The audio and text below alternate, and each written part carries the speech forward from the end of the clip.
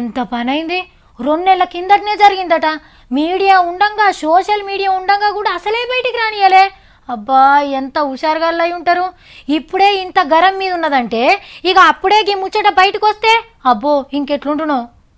ఆంధ్రాల పశ్చిమ గోదావరి జిల్లా గరగపర్రు ఊరు గరంగుంది అస్సలు ముచ్చట ఏందంటే 2 నెలల కిందట దళితులు అంబేద్కర్ సార్ విగ్రహం పెడుతుంటే ఇంకో కులపోళ్ళు అడ్డుకున్నారట అంతేకాదు దళితులతోని ఎవ్వరు మాట్లాడొద్దు పనికి విలవద్దు అని కట్టడి చేసిండ్రు పెద్ద కులపోళ్ళు ఆల్చంగా ఈ ముచ్చట బయటకొచ్చే వరకు పెద్ద పంచాయతీ అవుతుందనుకో రాదుండ్రి లోకల్ ఎంపీ రవీంద్రబాబు అన్న అయితే గట్టిగానే అరుచుకుండు దళితులు ఉన్నంత వరకు అంబేద్కర్ పూజ చేస్తూనే ఉంటారు అంబేద్కర్ ఉన్నంత వరకు ఇటువంటి విగ్రహాలు ధ్వంసం జరుగుతూనే ఉంటాయి అత్యంత సొల్యూషన్ ఏంటంటే దళితుల్ని దేశం నుంచి బహిష్కరించేది సరిపోతుంది ఈ ఎంపీ సార్ ఇట్లాంటుంటే ఇక ఎమ్మెల్యే శివరామరాజు గారు పెద్ద కులపోళ్ళ గుణం గురించి చెప్పుకొచ్చిండు క్షత్రియులు రాజులు ఎప్పుడు